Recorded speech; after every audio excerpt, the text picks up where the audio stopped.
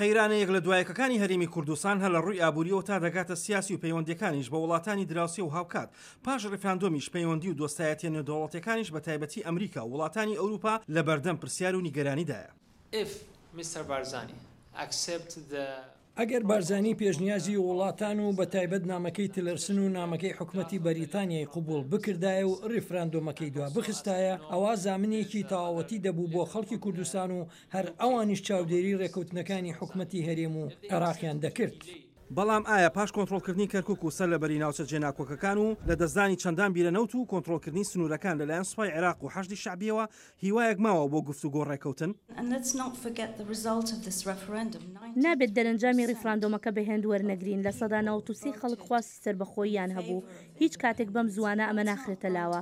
لەو باوەڕدان بەغدا ڕێفراندۆمەکە سنووردار دەکات و دەستی کردووە بە کۆنتڕۆلکردنی کەرکووک. ئەمە هیچی نەهێشتۆتەوە بۆ هیچ ڕێککەوتن و وتوێژێک لە داهاتوودا.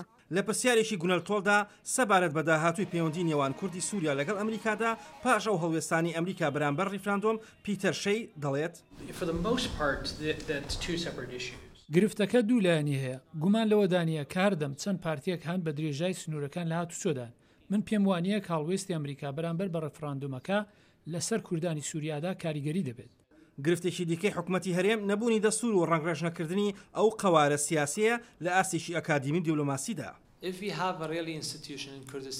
ئەگەر ئێمە لە کوردستان دەستورێکی ڕاستەقینەمان هەبوایە، ئەوە ئیتر پەیوەندی زیاتر لە نێوان پارتەکان و وڵاتانی دراوسێدا لەو ئاستەدا نەدەبوو. گرفتی دووەمەوەیە، ئەگەر لەشکرێکی نیشتیمانیمان هەبوایە شتێکی ئاواڕووی نەدەدا. ئێمە بەڕواڵەت حکوومەتمان هەیە، بەڵام لە ڕاستیدا حیزبەکان سەر بە ئێران و تورکیان. بەڵام ئەمبەرین زەمان دەڵێت پەیوەندی نێوان تورکیا و سەرۆکوەزیر نەچیرەڤان بەرزانی هەروەک خۆیەتی، بەڵام بارودۆخەکان گۆڕاون.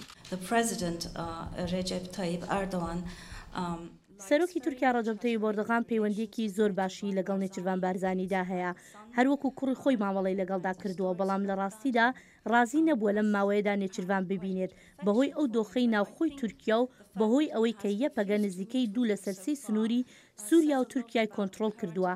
تورکیا ئەمە بە هەڕەشە دەبینێت. بێجگە لە بەرژەوەندیەکانی وڵاتانی دراوسێ، بەڵام رووسیا کۆمەڵێک بەرژەوەندی گەورەی هەیە لە ناوچەکەدا کە تەنها بەرژەوەندی سیاسی نین. رووسیا ژمارەیەک بەرژەوەندی هەیە لە ناوچەکەدا. لە هەمووی سەرەکی تر ئەوەیە ئیستیفزازی ئەمریکا و هاوبەشانی دەکات. هاوکات رووسیا کۆمەڵک بەرژەوەندی هەیە دەگەڕێت بە دوای دەرفەت و بەرژەوەندی خۆیدا کە سوودی ڕاستەوخۆی هەبێت بۆ خۆی و کارداری و فرۆشتنی چەک و بەرژەوەندی لەشکری و هەروەها سیاسیش. بەڵام شاسوار عەبدولواحید گەشتبینە بۆی کە ئەمریکا پشتیوانی لە پرۆسەی دیموکراسی هەرێمی کوردستان دەکات. ئەمانەیە پشتیوانی ئەمریکا بەدەست بێنین بۆ داعمکردنی پرۆسەی دیموکراتی لە هەرێمی کوردستان. هیچ شتێکی شخصیمان نایە، هیچمان نایە بخۆن، بەس تەنها پشتیوانی پرۆسەی دیموکراتی بکەن، ئینتیخاباتێکی بێگەرد ئەنجام بدرێت و ئەگەر لە ئینتیخاباتە هەج هێزێ بردیەوە ئەمانە هەوڵ بن فشار بکەن بۆی تەداولی سوڵتە دەسەڵاتی دەسەڵات ڕوو بدا. کورد لە نێوان قەیرانەکانی خۆیدا و گەمارۆدانی وڵاتانی دراوسێ و دۆستایەتی دێرینی لەگەڵ ئەمریکادا و هاوکات هەڕەشەکانی عێراق چارەنووسی بەرەوکوێ دەڕوا. ئاسۆ جەبار، دەنگی ئەمریکا.